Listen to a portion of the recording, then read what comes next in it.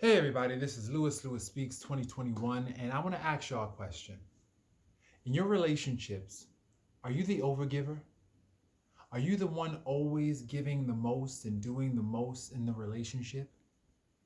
Do you find that in every relationship that you attempt or even engage in, you're the one that's over functioning? You're always the one that is overperforming and doing the most to keep the relationship alive. I realize that in every relationship, there's always a rose and there's always the one watering and tending to the rose. And in most of my relationships, I've always been the one tending to this rose. And I realize that in doing that all the time, I've let myself wither. I have not been taking good care of myself as a result of me over functioning and overperforming in these relationships. And for all my overgivers out there who are listening to this video is for you because it's important that you start to expect the same as you give. You deserve the same thing that you give to everyone else. If you're giving other people the most, you deserve the most as well. And sometimes you have to be the one to give yourself the most because a lot of people, they will just keep taking and taking and taking and taking until there's nothing left of you except some bare bones on the side of the road somewhere, an abandoned carcass. And even then, the people will come along and pick at your bleached bones. They really don't care. There are some people that will keep, as long as you're giving, they're going to keep on taking. And so in situations like that, it behooves you to adopt conscious armor. Really be selective about who you give to and who you attach to. Selective attachment, wearing that conscious armor, is really important because there's so many people out here, that are not looking for love.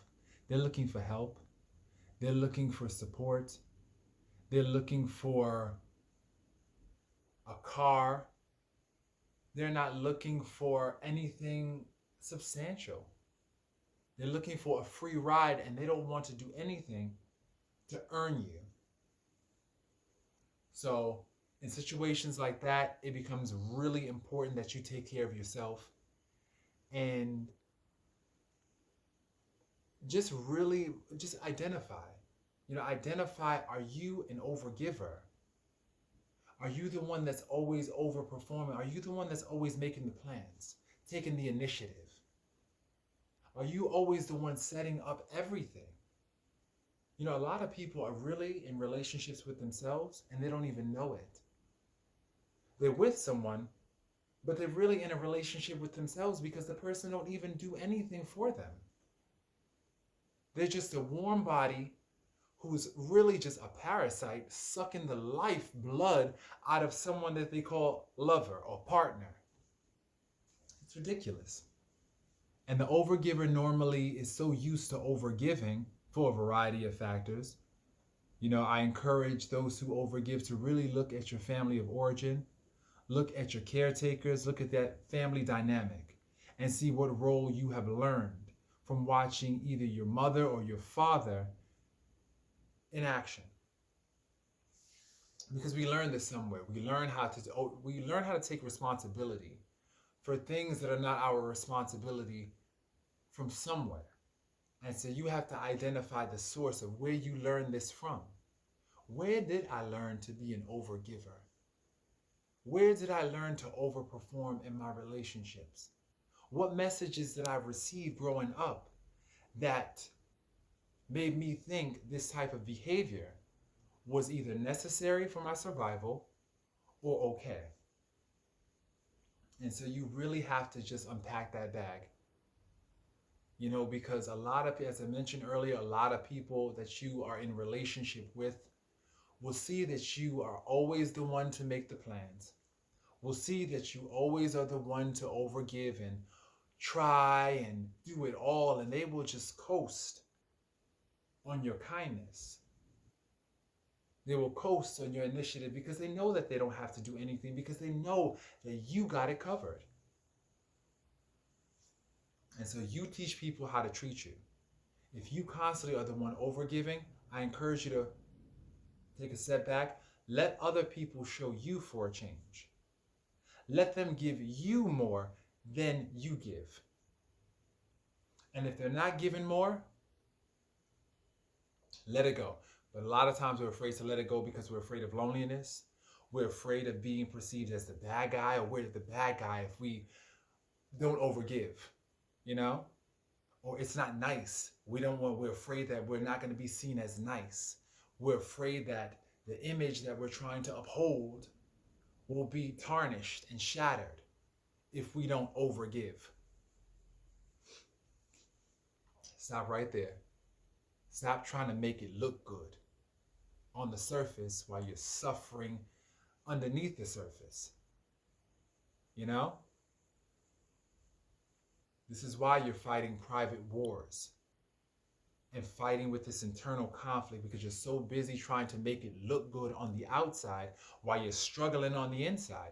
No, you have to be authentic. And what that means is that you can't hide. You have to let yourself show and let the truth show. You're not getting your needs met? Articulate that. My needs are not being met. Here are my needs. What are you going to do about it? Now, a lot of people will take offense to that, but at least you know where you stand. You know, the first thing you have to do is really identify what you need. And then see if the person that you're with can provide and be what you need. Sad to say, a lot of people, they cannot be what you need. They just don't have it in them. And so that's fine. You have to first identify their capacity to be what you need. Are they capable? Are they able? And if they're not capable, if they're not able, you have to make a decision. Either you stick it out and suffer with this person and continue to blame them, or you take responsibility for yourself, recognize that the people that you're with are not able to give you what you need, and take the necessary steps to go out there and get what you need.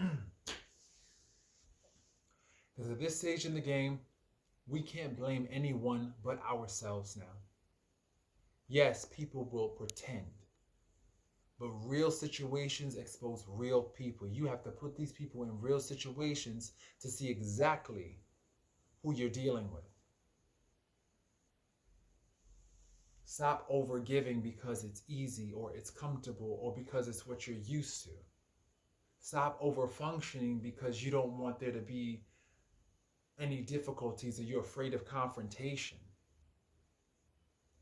Confrontation is necessary. I call it carefrontation. You have to care about yourself and also care about the relationship. You are a good person. You care about the relationship. You care about securing that relationship and that bond. That's important to you.